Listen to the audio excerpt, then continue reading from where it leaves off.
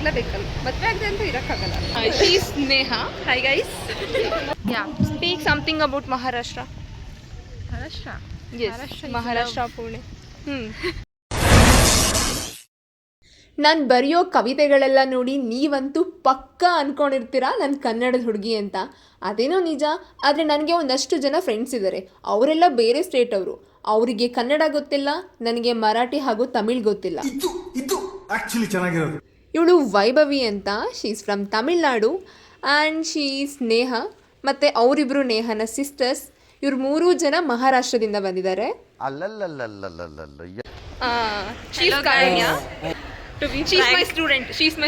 ಬರೀ ಇಂಥದೆಯಾ? ಇವ್ರುಗಳೆಲ್ಲ ಮೈಸೂರಿಗೆ ಬಂದು ತಲುಪ್ತಾಗ್ಲೇ ಮಧ್ಯಾಹ್ನ 12 ಗಂಟೆ ಆಗಿತ್ತು. ಸೊ ನಮಗೆ ಬೇರೆ ಏನು ಆಪ್ಷನ್ಸ್ ಇಲ್ಲದೆ ಫಸ್ಟ್ ನಾವು ಹೋಗಿದ್ದ ಪ್ಲೇಸೇ ಮೈಸೂರು ಪ್ಯಾಲೇಸ್. ಆ ಟೈಮಲ್ಲಿ ನಾನು ವ್ಲಾಗ್ಸ್ ಮಾಡಬೇಕು ಅಂತ ನಾನು ಮೈಂಡಿಂದ ಫಿಕ್ಸ್ ಆಗಿರಲಿಲ್ಲ. ಸೊ ಹಾಗಾಗಿ ನಾನು ಪ್ಯಾಲೇಸ್ದು ಫೋಟೋ ಕ್ಯಾಪ್ಚರ್ ಮಾಡಿದ್ದೀನಿ ಅಷ್ಟೇ. ಇಲ್ಲೊಂದು ಸಮಸ್ಯೆ ಖಂಡಿತ ಇದೆ. ಇಲ್ಲಪ್ಪ, ಅಂತ ಸಮಸ್ಯೆ ಎಲ್ಲ ಖಂಡಿತವಾಗಿನೂ ಇಲ್ಲ. ನೀವು ಸ್ವಲ್ಪ ಆರಾಮಾಗಿರಿ. ನಮ್ಮ ಮೈಸೂರು ಪ್ಯಾಲೇಸ್ ಎಲ್ಲ ನೋಡಿ ಮುಗಿಸೋ ಅಷ್ಟರಲ್ಲಿ ಸಂಜೆ ಆಯಿತು. ಸಂಜೆ ಆದಮೇಲೆ ನೆಕ್ಸ್ಟ್ ನಾವು ಹೋಗಿದ್ದು ನಂಜನಗೂಡಲ್ಲಿ ಲೊಕೇಟ್ ಆಗಿರುವಂತಹ ಶ್ರೀ ನಂಜುಂಡೇಶ್ವರ ಟೆಂಪಲ್ಗೆ. ದೇವರ ದರ್ಶನ ಎಲ್ಲ ಮಾಡಿ ಆದಮೇಲೆ ನೆಕ್ಸ್ಟ್ ನಾವು ಬಂದಿದ್ದು ಎಕ್ಸಿಬಿಷನ್ಗೆ.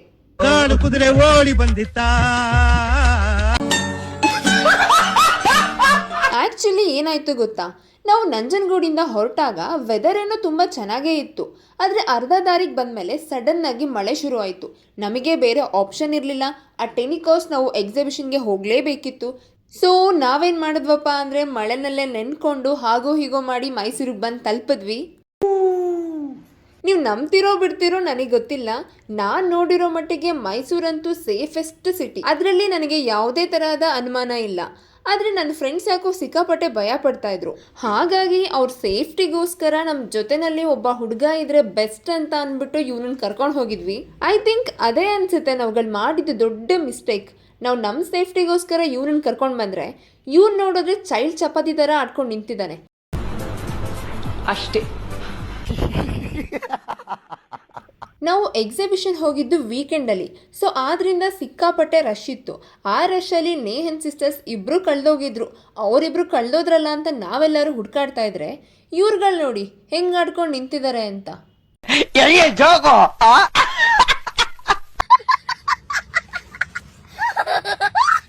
ಪ್ರಪಂಚದ ಯಾವುದೇ ಮೂಲೆಗೋದ್ರೂ ಸಹ ನನ್ನ ಕಣ್ಣಿಗೆ ಮೊದಲು ಕಾಣಿಸೋದು ಇಯರಿಂಗ್ ಶಾಪ್. ಇರೋ ಇಯರಿಂಗ್ಸ್ ಯಾವುದು ಸಾಕಾಗಲ್ಲ ಅಂತ ಇನ್ನೊಂದಷ್ಟು ಇಯರಿಂಗ್ಸ್ನ ತಗೊಳ್ಳೋಣ ಅಂದ್ಕೊಂಡು ಹೋದೆ. ಬಟ್ ಆಮೇಲೆ ಯಾಕೋ ಬೇಡ ಅನಿಸ್ತು. ಹಾಗಾಗಿ ಶಾಪಿಂದ ಆಚೆ ಬಂದ್ಬಿಟ್ಟೆ. ಅವರೆಲ್ಲರೂ ತುಂಬ ಸೀರಿಯಸ್ ಆಗಿ ಶಾಪಿಂಗ್ ಮಾಡ್ತಾ ಇದ್ರು. ಆದರೆ ನನಗೆ ಯಾಕೋ ಮನಸ್ಸಿರಲಿಲ್ಲ. ನಾನು ಅದಕ್ಕೆ ಆಚೆ ಕಡೆ ಬಂದು ಆಟ ಆಡ್ಕೊಂಡು ನಿಂತಿದ್ದೆ.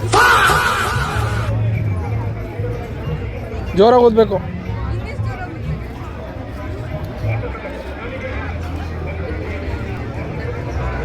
No comments.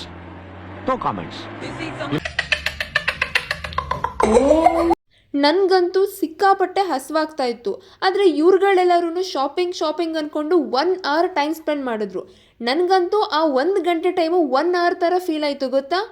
ಈ ಕಿವಿಲಿ ಗುಗ್ಗೆ ಪಗ್ಗೆ ಇದ್ರೆ ನೀಟಾಗಿ ಕೇಳೋದೇ ಇಲ್ಲ.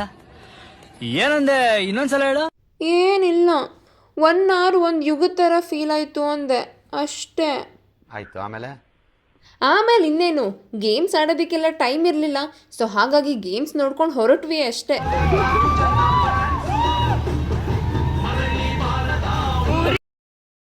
ನೆಕ್ಸ್ಟ್ ಡೇ ಬೆಳಿಗ್ಗೆನೆ ಬೆಟ್ಟಕ್ಕೆ ಹೋಗೋಣ ಅಂತ ಪ್ಲ್ಯಾನ್ ಮಾಡ್ಕೊಂಡಿದ್ವಿ.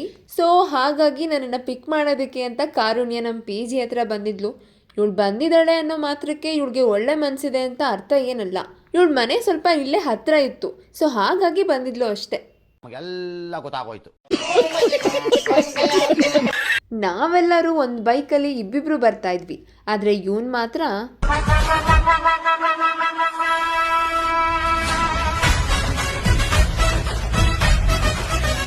ಇವರೆಲ್ಲರೂ ಬೆಟ್ಟಕ್ಕೆ ನಾರ್ಮಲ್ ಸ್ಪೀಡಲ್ಲೇ ಬರ್ತಾ ಇದ್ರು. ಆದರೆ ಇವಳಿದಳಲ್ಲ ಕಾರುಣ್ಯ, ಇವಳು ಮಾತ್ರ 2x ಸ್ಪೀಡಲ್ಲಿ ಹೋಗ್ತಾ ಇದ್ಲು. ಯಾವ ರೇಂಜ್ಗೆ ಅಂದರೆ ಇವಳು ಹೆಲ್ಮೆಟ್ಟೇ ಹಾರೋಗ್ಬೇಕು ಆ ರೇಂಜಿಗೆ ಹೋಗ್ತಾ ಇದ್ಲು. ನಿಮ್ದಪ್ಪಯ್ಯ ಅಂತೀನಿ, ದಯವಿಟ್ಟು ಇದನ್ನ ಇಲ್ಲಿಗೆ ಬಿಟ್ಬಿಡಿ ಪ್ಲೀಸ್.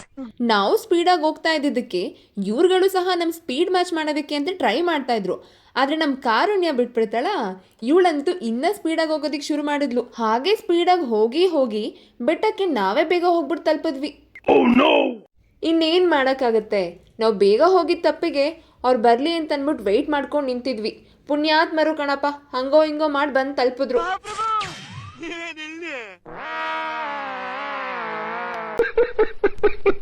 ಬೈಕ್ ಎಲ್ಲ ಪಾರ್ಕ್ ಮಾಡಿ ಆದಮೇಲೆ ಕಾರುಣ್ಯನ ಜೊತೆ ಒಂದು ವಿಡಿಯೋ ಮಾಡ್ತಾ ಇದ್ದೆ.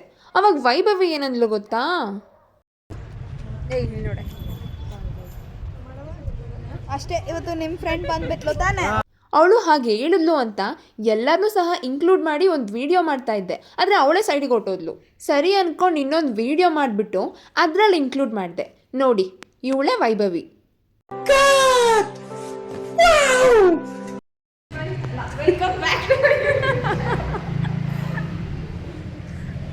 ಹಿಂದೆ ಯಾರೋ ಅದು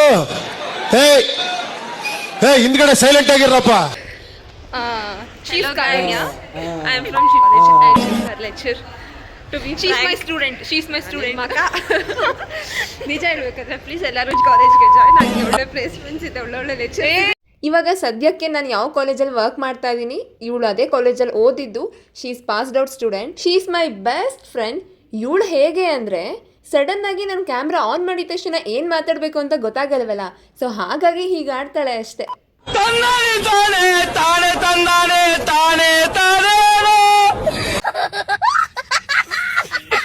ಆ್ಯಕ್ಚುಲಿ ನನಗೆ ಇವಳೇ ನೆನ್ಪು ಮಾಡಿದ್ದು. ಹೇಗಿದ್ರು ಎಲ್ಲರೂ ಮೀಟ್ ಆಗಿದ್ದೀವಲ್ಲ, ವ್ಲಾಗ್ಸ್ ಮಾಡು ಚೆನ್ನಾಗಿರುತ್ತೆ ಅಂತ. ಇವಳೇ ಹೇಳೋದು ಹೇಳಿಬಿಟ್ಟು ಹೇಗಂತಾಳೆ ಗೊತ್ತಾ?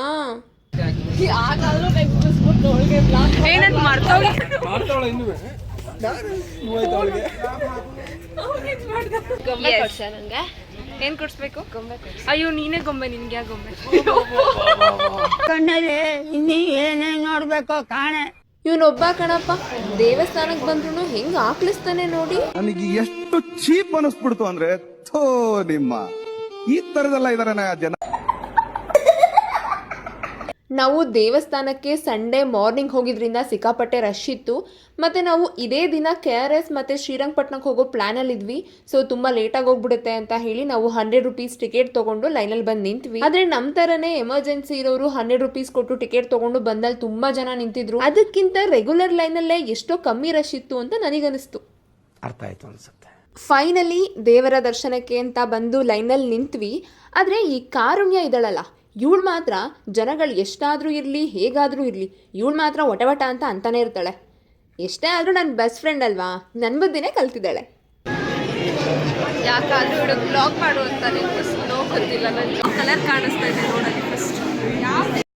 ಇವತ್ತು ದೇವಸ್ಥಾನ ಎಷ್ಟು ರಶ್ ಆಗಿತ್ತು ಅಂತಂದರೆ ನಾವು 1 hour ಆದ್ರೂ ಸೇಮ್ ಲೈನಲ್ಲೇ ನಿಂತಿದ್ದೀವಿ. ಲೈನ್ ಮಾತ್ರ ಮೂವೇ ಆಗ್ತಾ ಇರಲಿಲ್ಲ. ನೀವೇನೇ ಹೇಳಿ, ಮೈಸೂರಲ್ಲಿ ಅಷ್ಟೊಂದು ಪ್ಲೇಸಸ್ ಇದ್ರೂ ಸಹ ನಮ್ಮ ಮನಸ್ಸು ಪದೇ ಪದೇ ಹೇಳೋ ಒಂದೇ ಒಂದು ಹೆಸರು ಅಂದರೆ ಬೆಟ್ಟ.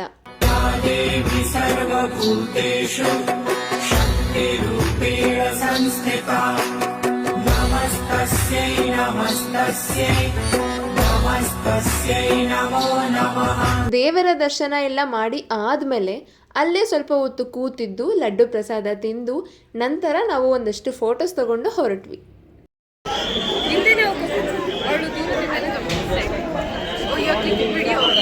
ಹೀಗೆ ಒಂದು ಚಿಕ್ಕ ಸೈಕಲ್ ಗ್ಯಾಪಲ್ಲಿ ಈ ಕಾರುಣ್ಯ ಯಾಕೋ ಸುಮ್ಮನೆ ಉರ್ಕೊಬಿಟ್ಲು.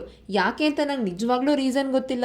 ಇವಳನ್ನ ಸಮಾಧಾನ ಮಾಡೋ ಅಷ್ಟರಲ್ಲಿ ನನಗಂತೂ ಸಾಕಾಗೋಯ್ತು. ಬಾರೆ ಕಾರುಣ್ಯ ಏನು ನೋಡ ಮಾತಾಡೇನಾದ್ರು ಏನು ಮಾತಾಡ್ಲಿ ಇವಳಂತೂ ದೊಡ್ಡ ಜಲಸಿ ಪರ್ಸನ್. ಇವಳೊಬ್ಳು ಕಣಪ್ಪ, ಸ್ವಲ್ಪ ಮಾತಾಡು ಅಂತ ಹೇಳಿದ್ರೆ ಸಾಕು. ಇವಳು ಓದಿರೋ ಕಾಲೇಜ್ ಬಗ್ಗೆ ಮಾತಾಡ್ತಾಳೆ, ಇಲ್ಲ ಅಂದರೆ ನನ್ನ ಬಗ್ಗೆ ಮಾತಾಡ್ತಾಳೆ. ಉರ್ಕೊಂಡಿದ್ದಾಳೆ ಲಾಸ್ಟ್ ಆಗಿ. ಇಲ್ಲ ಇದಕ್ಕೆಲ್ಲ ಯಾರು ಉರ್ಕೊಳ್ತಾರೆ? ವಿಡಿಯೋಲ್ಲಿ ಕಾಣಿಸೋದೆಲ್ಲ ಸತ್ಯ ಅಲ್ಲ ಅಂತ ಇದಕ್ಕೆ ಹೇಳೋದು. ದೇವ್ರ ದರ್ಶನ ಮುಗಿಸ್ಕೊಂಡು ಇವಾಗ ಮುಂದೆ ಗೋಪುರ ನೋಡೋಣ ಅಂತ ಹೋಗ್ತಾ ಇದ್ದೀನಿ. ಹೂ ಸ್ಟಾಪ್ಡ್ ಯು? ನಿಮ್ಮನ್ನ ತಡೆದಿರುವವರು ಯಾರು? ದೇವರ ದರ್ಶನ ಮುಗಿದಾಗ ತುಂಬ ಲೇಟ್ ಆಗಿತ್ತು. ಅಷ್ಟರಲ್ಲಿ ನನಗೆ ಹಸಿವು ಸಹ ಶುರುವಾಗಿತ್ತು. ಆದರೆ ಇವ್ರುಗಳಿದ್ದಾರಲ್ಲ, ನೆನ್ನೆ ಎಕ್ಸಿಬಿಷನಲ್ಲಿ ಶಾಪಿಂಗ್ ಮಾಡಿ ಸಾಕಾಗಿಲ್ಲ ಅಂತ ಇಲ್ಲೂ ಸಹ ಶಾಪಿಂಗ್ ಮಾಡ್ಕೊಂಡೇ ನಿಂತಿದ್ರು. ಎಲ್ಲರೂ ಮಾತಾಡೋ ಚೆನ್ನಾಗಿರುತ್ತೆ. ಏನು ಮಾತಾಡ್ತೀವಿ, ಮಾತಾಡದೇ ಇರೋಳ ಹತ್ರ ನಾನು ಮಾತಾಡು ಅಂದರೆ ಇಲ್ಲ ಇವ್ನು ತುಂಬ ಮಾತಾಡ್ತಾರೆ. ಶಶಾಂಕ್ ನಾನು ಮಾತಾಡ್ತಿದ್ದ ಶಶಾಂಕ್ ಮಾತಾಡಲ್ಲ ಪಾಪ, ಮಾತೇ ಬರಲ್ಲ, ಮಾತೇ ಆಡಲ್ಲ, ಮಾತೇ ನಿಲ್ಸಲ್ಲ. ಇದೆಲ್ಲದ್ರ ನಡುವೆ ನನಗೆ ಹಸಿವು ಜಾಸ್ತಿ ಆಗ್ತಾ ಇತ್ತು. ಕಾರು ನಿನಗೆ ಮನೆಗೆ ಹೋಗೋದಕ್ಕೆ ಲೇಟ್ ಆಗ್ತಾ ಇತ್ತು. ಅದಕ್ಕೆ ನಾವಿಬ್ರು ಓಡ್ತಾ ಇದ್ವಿ. ಇನ್ನು ಮಿಕ್ತವರೆಲ್ಲ ಶಾಪಿಂಗ್ ಮುಗಿಸಿ ನಿಧಾನಕ್ಕೆ ಬರ್ತಾ ಇದ್ರು. ಮನೆಗೆ ಹೋಗ್ತಾ ಇದ್ದೀವಿ. ಟೈಮ್ ಆಗಿದೆ, ಟೈಮ್ ಆಲ್ರೆಡಿ ಇವನಿಗೆ ಟೈಮ್ ಆಗಿದೆ, ನನಗೆ ಟೈಮ್ ಆಗಿಲ್ಲ. 45 ಆಗಿದೆ. ನಮ್ಮ ಮನೇಲಿ ನಮ್ಮ ಅತ್ತೆ ಮಾವ ಕಾಯ್ತು. ಅತ್ತೆ ಮಾವ ಇವಳಿಗೆ ಯಾವಾಗ ಮದುವೆ ಆಯಿತು ಅಂತ ಕೇಳಿ. ನನ್ನ ಸೋದರ ಎಲ್ಲ ಹುಡುಗಿರೂ ದೇವರ ಹತ್ರ ನಂಗೆ ಬೇಗ ಮದುವೆ ಆಗಬಾರ್ದು, ಸೆಟ್ಲ್ ಆಗಬೇಕು, ಅದು ಇದು ಏನೇನೆಲ್ಲ ಕೇಳ್ಕೊತಾರೆ. ಬಟ್ ಹಂಗಲ್ಲ, ಅದಕ್ಕೆ ನಾನು ಮದುವೆ ಆಗ್ತೀನಿ, ಬೇಗ ಮದುವೆ ಆಗ್ಬೇಕಂತೆ. ಊರಲ್ಲಿ ಗೊತ್ತಿಲ್ಲಪ್ಪ. ಕಾರುಣ್ಯ ಹಿಂಗೇನು ಅನ್ನಿಸ್ತು ನನ್ನ ಬಗ್ಗೆ? ಏನು ಅನ್ನಿಸ್ತು ಅಂತಂದರೆ ತುಂಬ ಮಾತಾಡ್ತಾಳೆ ಅಂತ ಅನ್ನಿಸ್ತು. ಆ್ಯಂಡ್ ಇವಳೊಂದು ಸ್ಟೂಡೆಂಟು, ಅದಕ್ಕೆ ಜಾಸ್ತಿ ಮಾತಾಡ್ತಿಲ್ವ ನಾನು. ಸ್ಟೂಡೆಂಟ್ ಸೇಮ್ ಏಜ್ ಗೈಸ್, ಹೆಂಗ್ ಸ್ಟೂಡೆಂಟ್ ಆಗ್ತೀನಿ ನಾನು? ಸೇಮ್ ಏಜ್ ಏನಿಲ್ಲ, ಸೆನ್ಸ್ ಇಲ್ದೆ ನಂಗೆ.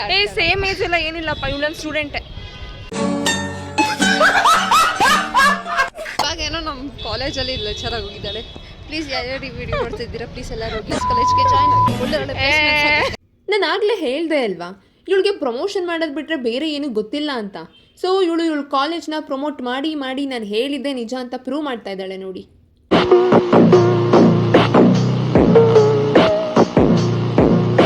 ಎಲ್ಲರಿಗೂ ಈಗಾಗಲೇ ಒಂದು ಡೌಟ್ ಬಂದಿರುತ್ತೆ ಅನಿಸುತ್ತೆ.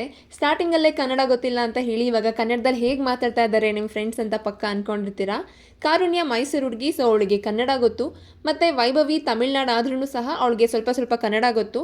ಇನ್ನು ನೇಹ ಮತ್ತು ಅವಳ ಸಿಸ್ಟರ್ಸ್ಗೆ ಕನ್ನಡ ಗೊತ್ತಿಲ್ಲ. ನಿನ್ನ ಗಾಡಿಗೆ ಏನೇ ಹೆಂಗಂತೀಯಾ? ಬಾಯ್ ಹೆಲ್ಮೆಟ್ ಕೊಡ್ತೀನಿ.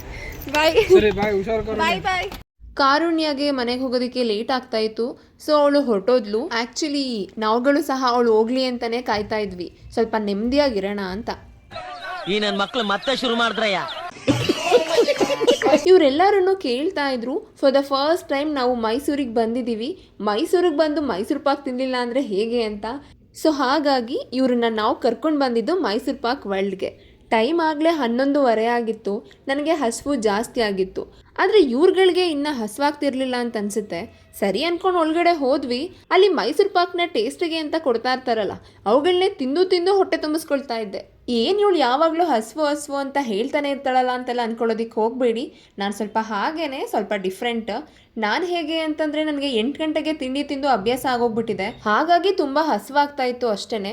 ಮತ್ತು ನಾನು ಹೇಗಪ್ಪ ಅಂದರೆ ನನಗೆ 10 ನಿಮಿಷಕ್ಕೂ ಏನಾದರೂ ತಿಂತಾನೇ ಇರಬೇಕು, ಹಂಗೆ ತಿಂದು ಅಭ್ಯಾಸ ಆಗೋಗ್ಬಿಟ್ಟಿದೆ. ನನಗಂತೂ ಹಸಿವು ಜಾಸ್ತಿ ಆಗ್ತಾನೇ ಇತ್ತು. ಆದರೆ ಇವ್ರುಗಳು ಮಾತ್ರ ಒಂದು ಮೈಸೂರು ಪಾಕ್ ತೊಗೊಳೋದಕ್ಕೆ ಅರ್ಧ ಗಂಟೆ ಡಿಸ್ಕಸ್ ಮಾಡಿದ್ರು, ಯಾವ ಫ್ಲೇವರ್ ಚೆನ್ನಾಗಿದೆ, ಏನು ಚೆನ್ನಾಗಿದೆ ಅಂತೆಲ್ಲ. ನನಗೆ ಹಸಿವು ಜಾಸ್ತಿ ಆಗಿ ತುಂಬ ಇರಿಟೇಟ್ ಆಗ್ತಾ ಇತ್ತು. ಸೊ ನಾನು ಅಲ್ಲಿಂದ ಆಚೆ ಬಂದುಬಿಟ್ಟೆ. ಅವರು ಅಷ್ಟರಲ್ಲಿ ಮೈಸೂರು ಪಾಕ್ ಎಲ್ಲ ಪರ್ಚೇಸ್ ಮಾಡಿ ಅವರು ಆಚೆ ಬಂದರು. ಅಲ್ಲೇ ಹತ್ತಿರದಲ್ಲಿ ಒಂದು ಹೋಟೆಲ್ ಇತ್ತು, ಅಲ್ಲೇ ಹೋಗ್ಬಿಟ್ಟು ತಿಂಡಿ ಮಾಡೋಣ ಅಂತ ನಾನು ಹೇಳಿದೆ.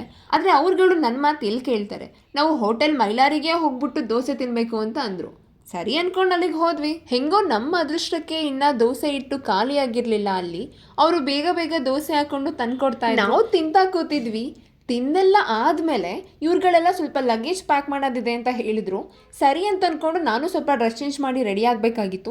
ಸೊ ಹಾಗಾಗಿ ನಾನು ಅವ್ರ ರೂಮಿಗೆ ಹೋದೆ. ಆ ಟೈಮಲ್ಲಿ ಶಶಾಂಕ್ ಅವ್ರ ಬೈಕ್ ಸ್ವಲ್ಪ ಪ್ರಾಬ್ಲಮ್ ಆಗಿತ್ತು. ಅಲ್ಲೇ ಪಕ್ಕದಲ್ಲಿ ಒಂದು ಗ್ಯಾರೇಜ್ ಇತ್ತು ಅಂತ ಹೇಳಿ ಇವ್ನು ರಿಪೇರಿ ಮಾಡಿಸ್ಕೊಬರೋದಕ್ಕೆ ಅಂತ ಅಲ್ಲಿಗೆ ಹೋಗಿದ್ದ. ನಾವು ರೆಡಿಯಾಗಿ ಲಗೇಜ್ ಎಲ್ಲ ಪ್ಯಾಕ್ ಮಾಡೋ ಅಷ್ಟರಲ್ಲಿ ಅವನು ಬೈಕ್ನ ರಿಪೇರಿ ಮಾಡಿಸ್ಕೊಂಡು ಬಂದ. ನೆಕ್ಸ್ಟ್ ಎಲ್ಲಿಗೆ ಹೋಗಬೇಕು ಅಂತ ಇನ್ನೂ ಪ್ಲ್ಯಾನ್ ಮಾಡಿರಲಿಲ್ಲ. ಫಸ್ಟು KRSಗೆ ಹೋಗೋದಾ ಅಥವಾ ಪಟ್ನಕ್ಕೆ ಹೋಗೋದಾ ಅಂತ ನಮಗೆ ತುಂಬ ಕನ್ಫ್ಯೂಷನ್ ಇತ್ತು.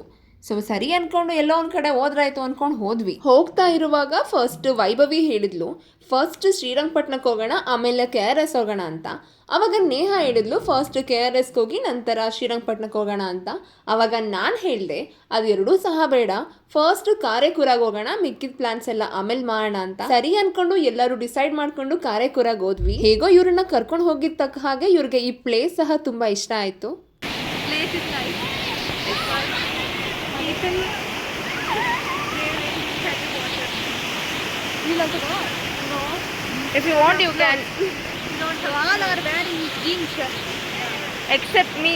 Nanu akilla. Hey, these two people only. Neha and Shashank. Others are wearing dress. This will. I can understand little bit. कोई नहीं होता.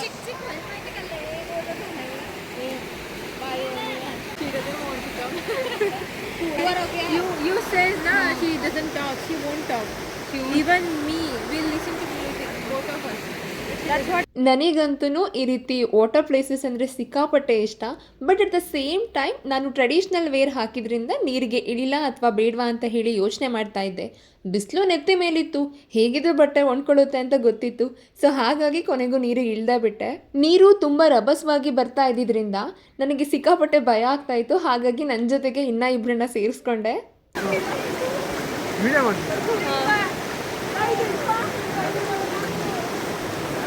Vaibhavi. She taking photo from there. Neha ಮತ್ತು ಅವಳ ಸಿಸ್ಟರ್ಸ್ ಎಲ್ಲರೂ ಸಹ ಮೇಲ್ಗಡೆ ನಿಂತ್ಕೊಂಡು ನಾವು 3 ಜನದನ್ನು ಕ್ಯಾಂಡಿಡ್ ಫೋಟೋಸ್ ಎಲ್ಲ ಕ್ಯಾಪ್ಚರ್ ಮಾಡ್ತಾಯಿದ್ರು. ಆ ವಿಷಯ ನನಗೆ ಗೊತ್ತಿರಲಿಲ್ಲ. ಬಟ್ ಅವ್ರು 3 ಜನ ಕ್ಯಾಪ್ಚರ್ ಮಾಡ್ತಾ ಇದ್ದಿದ್ದನ್ನು ನೋಡಿ ನಂಗೆ ಯಾವ ಥರ ಫೀಲ್ ಆಗ್ತಿತ್ತು ಅಂದರೆ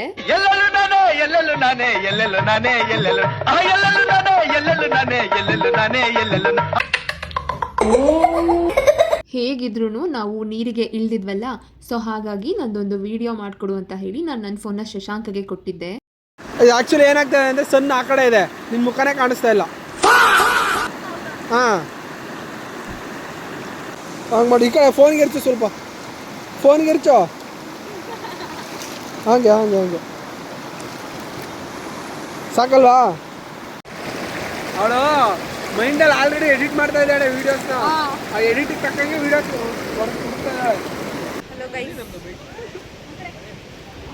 बॉटल फुल 2 बॉटल होते, 2 कॅन होते. ನಾನು ಇಲ್ಲ ಕನ್ನಡ ಮೀಡಿಯಂ ಅಲ್ಲ, ಬಟ್ ಹೆಸರಿಗೆ ಮಾತ್ರ ಇಂಗ್ಲೀಷ್ ಮೀಡಿಯಂ ನಮ್ಮದು college school. Medium all the subjects are in Marathi language. We are in semi-English. Half subjects are English. Like maths, Science will be in English. Geography and history will be in Marathi. Marathi will be in Marathi. Oh, that's so nice. Marathi will be in Marathi. ನಮ್ಮದು ಅಷ್ಟೇ, maths, science, English, social English. ಎಲ್ಲ English medium ನೀವು, ಅವ್ರದ್ದು Marathi medium, ಅದಕ್ಕೆ but ಅಷ್ಟೊಂದು There are proper convent school as well who will teach geography and history in English as well. But those are like like Christian types. Okay. ಕಾರೇಕುರಾಯಿಂದ ಹೊರಟು next ನಾವು ಬಂದಿದ್ದ place ಅಂತ ಹೇಳಿದರೆ ಶ್ರೀರಂಗಪಟ್ಟಣ. ಆ್ಯಕ್ಚುಲಿ ನನಗೆ ಆ ಟೈಮಲ್ಲೂ ಸಹ ತುಂಬ ಹಸ್ವಾಗ್ತಾ ಇತ್ತು. ಮತ್ತೆ ಹಸಿವು ಅಂತ ಹೇಳಿದರೆ ಗೂಸೆಗಳು ಬೀಳುತ್ತೆ ಅಂದ್ಬಿಟ್ಟು ನಾನೇನು ಹೇಳಕ್ಕೆ ಹೋಗಲಿಲ್ಲ. ಹೇಗಿದ್ದರೂ ದೇವಸ್ಥಾನದಲ್ಲಿ ಪ್ರಸಾದ ಕೊಡ್ತಾರಲ್ಲ, ಪ್ರಸಾದನೇ ಊಟ ಅಂದ್ಕೊಂಡು ತಿನ್ಕೊಬಿಡೋಣ ಅಂದ್ಕೊಂಡು ಹೋದೆ. ಅನ್ಫಾರ್ಚುನೇಟ್ಲಿ ನಾವು ರಾಂಗ್ ಟೈಮಲ್ಲಿ ಹೋಗಿದ್ರಿಂದ ದೇವಸ್ಥಾನ ಕ್ಲೋಸ್ ಆಗಿತ್ತು. ನನಗೆ ಪ್ರಸಾದ ಮಿಸ್ ಆಯಿತು. ನಾನು ಹೀಗೆ ಹೇಳ್ದೆ ಅಂತ ಆಮೇಲೆ ನೀವು ಕೇಳಬೇಡಿ ದೇವಸ್ಥಾನಕ್ಕೆ ನೀವು ಪ್ರಸಾದಕ್ಕೋಸ್ಕರನೇ ಹೋಗ್ತೀರಾ ಅಂತ. ಇಲ್ಲಪ್ಪ, ನಾನು ಪ್ರಸಾದಕ್ಕೋಸ್ಕರನೂ ಹೋಗ್ತೀನಿ, ಭಕ್ತಿಯಿಂದನೂ ಹೋಗ್ತೀನಿ. ನಾನೇನೋ ಮೈಸೂರಲ್ಲೇ ಇರೋದ್ರಿಂದ ಅವಾಗವಾಗ ಈ ದೇವಸ್ಥಾನಕ್ಕೆಲ್ಲ ಹೋಗ್ತಾ ಇರ್ತೀನಿ. ಬಟ್ ಇವ್ರುಗಳು ಪಾಪ ಮಹಾರಾಷ್ಟ್ರ, ತಮಿಳ್ನಾಡಿಂದ ಬಂದಿದ್ದಾರೆ, ಇವರಿಗೆ ದರ್ಶನ ಸಿಗಲಿಲ್ಲ. ಅದಕ್ಕೆ ಸ್ವಲ್ಪ ಬೇಜಾರಾಯಿತು. ಸರಿ ಅಂದ್ಕೊಂಡು ದೇವಸ್ಥಾನದ ಪಕ್ಕದಲ್ಲೇ ಇರುವಂತಹ ಕಾವೇರಿ ನದಿಯ ದಡಕ್ಕೆ ಇವ್ರನ್ನ ಕರ್ಕೊಂಡು ಹೋದೆ. ಮಾತಾಡೋ. Hi. Hello guys. Then welcome to Srirangpatna. We just came here, but unfortunately temple is closed. But anyway, we took the darshan from outside. Now we are heading towards river. Which river is that? Kaveri river. Kaveri. Hey, Kaveri. We used to be in Kaveri classroom. Our classroom name used to be Kaveri. That's it from my side. Actually, she is from Maharashtra. Yeah. Speak something about Maharashtra. Maharashtra. Yes, Maharashtra Maharashtra, is Pune. Pune is like I can't live without it, but still I am living in Bangalore because of same culture, like not culture, same weather conditions. So I am adaptable to that environment. And I do feel good living in Karnataka as well because it's little bit different. The culture is different. Here people are different and helpful. They are like they will not judge by our language or anything. That's it. Nothing else. Shashank. Like I am her family, but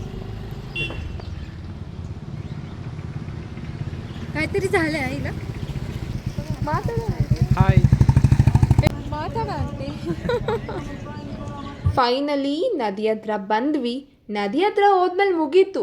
photos ತಗೊಳ್ಳೇಬೇಕು, videos ಮಾಡಿಸ್ಕೊಳ್ಳೇಬೇಕು. Pre wedding photo ಶೂಟಿಗೆಲ್ಲ ಎಲ್ಲಿ ಹೋಗ್ತೀರಾ? ಅಯ್ಯೋ ಗೊತ್ತಿಲ್ಲಪ್ಪ, ಎಲ್ಲಿ ಕರ್ಕೊಂಡು ಹೋಗ್ತಾವೆ ಅಷ್ಟು ಅಲ್ಲಿಂದ ನೆನ್ಕೊಂಡ್ಬರ್ತೀನಿ. ಬಾ.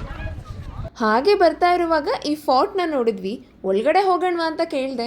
ಅವ್ರು ಯಾಕೋ ಬೇಡ ಅಂತ ಹೇಳಿದರು. ಯಾಕಂದರೆ ಅವ್ರ ಸೈಡಲ್ಲೇ ಈ ಥರ ಫೋರ್ಟ್ಗಳೆಲ್ಲ ಅವ್ರು ತುಂಬ ನೋಡಿದಾರಂತೆ. ಸೊ ಹೋಗೋ ಅವಶ್ಯಕತೆ ಏನಿಲ್ಲ ಅಂತ ಅವ್ರು ಹೇಳಿದ್ರು. ಸರಿ, ಒಳ್ಳೇದಾಯ್ತಪ್ಪ ಅಂತ ಅಂದ್ಕೊಂಡು ನನಗೂ ತುಂಬ ಹಸಿವಾಗಿತ್ತಲ್ಲ.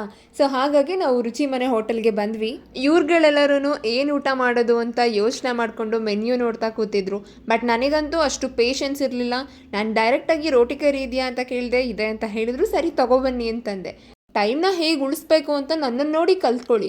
ವಿವಾಹ ಭೋಜನವಿದು ವಿಚಿತ್ರ ಭಕ್ಷ್ಯಗಳಿವು ಬೀಗರಿಗೆ ಔತಣವಿದು ದೊರಕೊಂಡಿತನೆಗೆ ಬಂದು. ವಿವಾಹ ಭೋಜನವಿದು ವಿಚಿತ್ರ ಭಕ್ಷ್ಯಗಳಿವು ಬೀಗರಿಗೆ ಔತಣವಿದು ದೊರಕೊಂಡಿತನೆಗೆ ಬಂದು.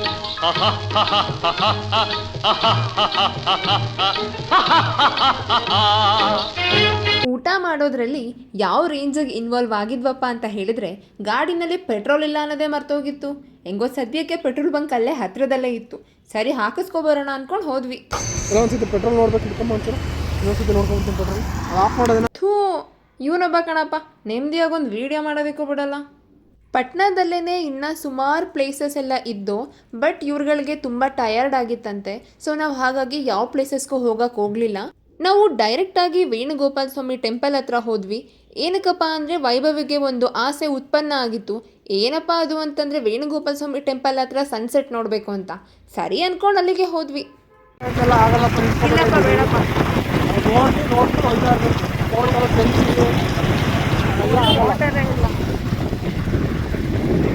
ಥೂ, ಡಬ್ಬ ನನ್ನ ಮಗ.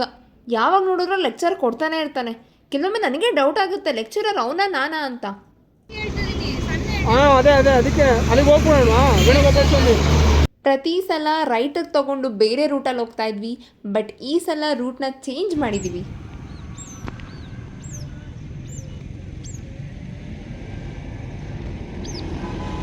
ಎಷ್ಟೊಂದಿದ್ದಾವೆ ಸಿ ಹೋಟೆಲ್ಗಳು.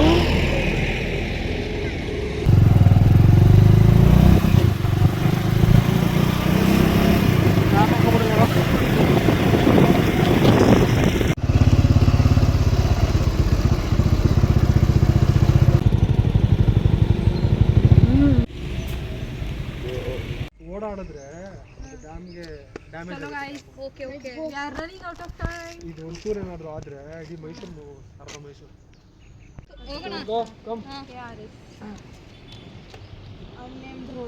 ನೀವು ವೇಣುಗೋಪಾಲ ಸ್ವಾಮಿ ಟೆಂಪಲ್ಗೆ ಹೋಗಬೇಕಾದ್ರೆ ಒಂದು ಸೇತುವೆ ಸಿಗುತ್ತಲ್ಲ, ಅಲ್ಲಿ ನೀವು ರೈಟ್ ತೊಗೋಬೇಡಿ, ಲೆಫ್ಟ್ ತೊಗೊಳ್ಳಿ. ಒಳ್ಳೊಳ್ಳೆ ವ್ಯೂ ಪಾಯಿಂಟ್ಸ್ ಎಲ್ಲ ಸಿಗುತ್ತೆ.